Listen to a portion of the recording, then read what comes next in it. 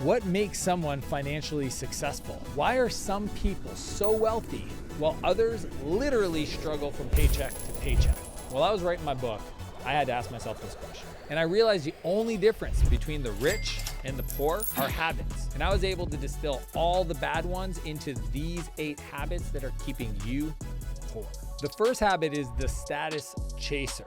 This is the person that literally lives way above their means to impress people. I mean, it's the folks that get out of university or get the first job and go and buy their life on credit. You know, they get the furniture, the apartment, the BMW lease, all these things to impress other folks. And the crazy part is they're buying things they can't afford to impress people they don't even like. It's the Joneses that they talk crap about. That person will always cause themselves to stay poor because they never get ahead. They're okay being in a deficit. They got the credit card when they were 12 years old. They've learned that consumer debt, it's okay, it's not that bad, I'm building my credit. Yet they don't realize that they're stuck in the rat race. They're stuck in the hamster wheel of consumer debt that is designed to keep them poor. It's their habits and their choices around that. Status chasing will always keep you poor. The second habit is the staller. This is the person that has opportunities that are presented to them on their doorstep. It's right there, but yet their lack of action, their dragging of their feet cost them the opportunity. I talk about this in my book, but I once emailed one of my clients in my program, SaaS Academy, to ask them if they wanted to be a partner. I had an opportunity, it was very exclusive for them. Their customers were literally my clients. And I emailed them and I said, hey, here's what I'm thinking of doing. Would you be interested in learning more? And that email stayed in their inbox for 20 some days until they decided to reply. I had already moved on. Within like 3 days, I think I sent that email to 3 or 4 people and I chose the person, moved forward, and that person made hundreds of thousands of dollars working with me. Most people don't realize the habit that keeps them poor is the decision to not respond out of fear, out of concern. What if I'm not good enough? Well, I don't have my ducks in a row. I got to get everything ready. And the delay is costing them their future. The third habit is the speed demon. This is the person that moves way too quick, way too fast, under the assumption that they've got to be quick to take action and quick to make decisions. And it's almost like the opposite. I had a CEO once, his name was Charles, and he was the CEO of a company that I had acquired. And it was funny to watch him execute because he needed a CMO, so he hired his cousin. His cousin came in, didn't do the work, and then he fired him only to hire his other friend, Darwin. And it was fascinating to watch. Here's Charles that actually knows better, and just because he's trying to move quickly, he keeps hiring people just because they have a pulse, just because they could fog a mirror, just because they were available, instead of asking themselves what would be true around a great CMO, what would be true about a great hire, and do the work to find that person. Don't go slow. Be impatient with action. But at the end of the day, make the list of what would be a great person to bring onto your team as an example and move quickly. Speed demon can keep you poor by that habit of just being too quick to jump the gun to saying yes. Speed demons hurt their success because instead of going and sticking through something, they're always moving on to the next opportunity, to the next opportunity, to the next opportunity. It's the lack of focus and going deep, learning how to say no, being okay with FOMO. Some speed demons, they're so concerned they're gonna miss out on these opportunities that they're always saying yes, that they're essentially saying no to their future, because a no is a yes and a yes is a no. The fourth habit is the supervisor. This is the person that hires folks and ends up doing their job for them. I mean, when we hire people to work on our teams or bring people into our lives, it's because we need to buy back our time. We need to get more space. I remember I had a friend of mine, Daryl, he owned a bike shop, and I loved Daryl and I wanted to see him succeed. But I'll tell you, every time I bought a bike from him, I brought my stuff in to get tuned up, it was always delayed. There was always issues. And he had the belief that he had to meet me at the front door, shake my hand, acknowledge me, because that's what made me decide to buy from Daryl's bike shop. Here's the deal. I cared more that my bike got delivered on time, that the work got done on time, than if Daryl met me at the door. The supervisor believes that they are special because of their supervision. I actually think it's more harmful than helpful. What we all wanted was Daryl to go in his office and run his company so that our work got done on time. Most people don't realize when you're overly supervising people, you're essentially telling them that you don't trust them. You're doing their work. So what do? You teach people how to treat you. So if you're jumping into your support email, if you're jumping in to respond to things for people, if you're taking over because somebody's out at the bathroom break, you're telling them that if they do that in the future, you'll do that. So indirectly, you're gonna get to a place where you're not getting any more time back. You're not empowering empowering anybody because you're teaching them how to treat you by always showing up and taking care of things when they're not around. The fifth habit is the subscriber. This is somebody that is always buying that next thing. They get off by the dopamine hit of a subscription. Hey, I need to watch the football game. Boom, got a subscription. I need a new tool. Boom, got a new subscription. It's the same person that goes on these like self-help journeys where they go to seminars and they buy courses and books. And I call them shelf help because all they do is they acquire these things, they collect them, they put them on the shelf, and they never investigate what they could do actually to improve their lives. They're always trying to buy their way to happiness, and in doing so, they are death by 1,000 subscriptions. Think about it. 51% of Americans say they have unwanted subscriptions. The biggest way we can overcome that is by clearing out all the payments that we're getting by. So the subscriber is the person that is buried,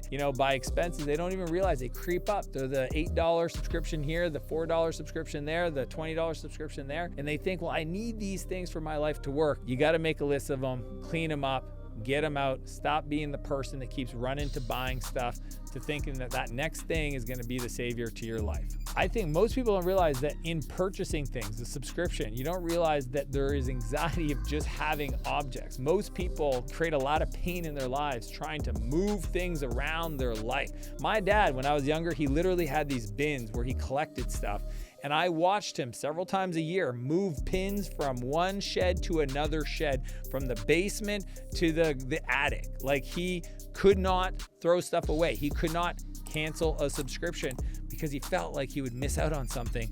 But he spent more time and more frustration just managing and packaging and moving these bins than of ever using and getting value from the things inside the bin.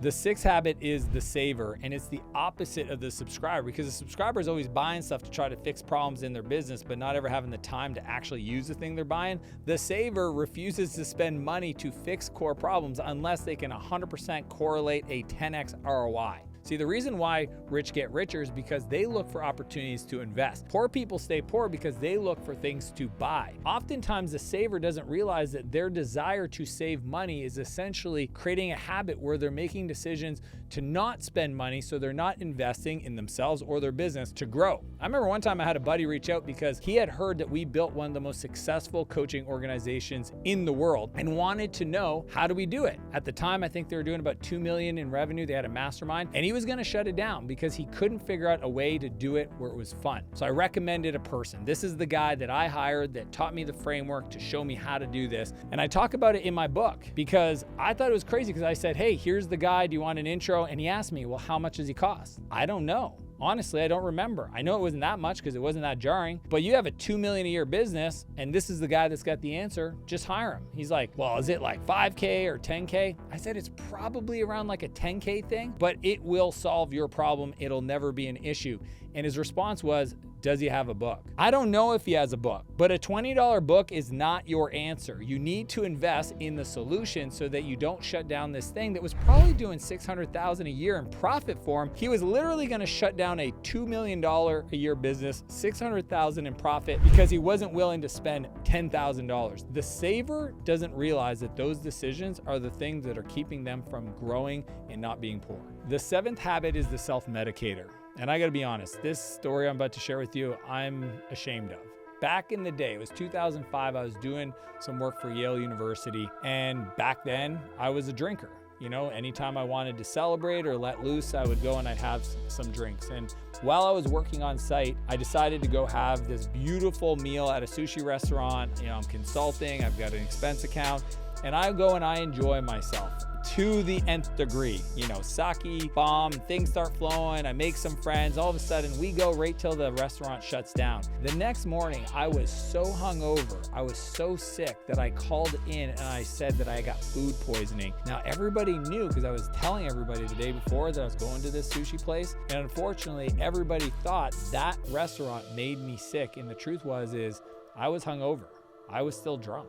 I've been sober now for almost 13 years, but I share that story to let people know that oftentimes the thing that's holding us back is our vices, right? It's the drinking, it's the screen time, it's the food, it's the news. They're addictions that compromise our time and get us focused on negativity. See, a lot of people ask me, Dan, what have you done to become successful? And what I often tell them, it's what I don't do. I don't go to buffets. I don't drink. I don't do drugs. I don't gamble. I don't watch porn. I don't do all these things that I consider vices holding you back from becoming the best version of yourself. A vice will stop you from winning because it's gonna dull your senses. It's gonna pull you back from being in the moment. It's gonna stop you from having these creative moments where you go on a walk or a run or after you go to the gym and you have these ideas for expansion. And the other thing is that you know you shouldn't be doing these, so what happens, you slowly chip away at your confidence. See, confidence is built by keeping commitments that you make to yourself in private. And if you know you got a drinking problem and you can't keep it under control, it's gonna be really tough for you to build that self-confidence, build that courage to make those big moves to grow your future. The 8th habit is the swindler. This is the person that, they're kind of the shyster. You may know people like this in your life where you just don't trust them. They're always looking for an edge. They're always taking advantage of people. If you're participating in nefarious activities, you're setting yourself up for failure. Here's an example. I had a friend once and he sold a couch for his roommate. After the deal was done, he decided to pocket 30% and give his roommate the rest of it. Now, he didn't ask for that. He didn't negotiate that up front. He just decided to keep it. No big deal from him. He's like, hey, I did this work and I just kept this money. It's the essence of who you are. I mean, it sounds subtle, but for example, I have friends that choose to continually park in spots they know they're gonna get a ticket and get the ticket and just say, I'm never gonna pay this. See, it's the energy. If you think about what a swindler mentality is, you're bringing negativity into your life. You're taking advantage of other people. And what happens is you then get taken advantage of. From a time point of view, that takes up a lot of headspace where you're always dealing and worrying. And essentially the energy you put out to the world comes back at you, right? The frequency that you have is what you will frequently see in other situations. So people that act like swindlers essentially see swindles in everything they do, and it makes them move slow. I was in Miami the other day and I ran into a new person that I'd known of, but I had already heard from other people that he had, a checkered past and wasn't a good person to deal with. And even though in the moment I met them, they were super kind and cordial, I immediately, once he gave me his cell number, I never entered it in my phone. I didn't follow up. I trust the feedback that other people give to me, and swindlers have no place in my life. If you have a bad reputation, it's hard to do business. The problem is you'll never know. So your reputation is what people say when you're not around. And if they're saying, hey man, there's something odd about this guy, he's a little cuckoo, he's a little crazy, he's a little, a little shady. If you're Shady McShadester, don't be upset if nobody invites you to the good deals, because they just don't trust you. At the end of the day, you want to have a good reputation for being the kind of person that does what they say they're going to do and is always above board. If you're somebody who does shady things, or people, the world we live in today, it's very easy to back channel. So if I'm interacting with somebody on social media and I see who follows them, I'm just going to message them and say, hey, do you know this person? And at the end of the day, I usually ask, hey, what do you think of this person? Feel free to call me if need be. And if they go, hey, let's set up a call, I just reply and say, enough said. I can read into it what I want. We don't need a phone call, and I keep my space. People that do shady things have no idea how much it hurts them because they never hear about it, but it's always going on. Those are the 8 habits that are keeping you poor. And if you want to learn the only 4 skills you need to build a $1 billion company, click the link and I'll see you on the other side.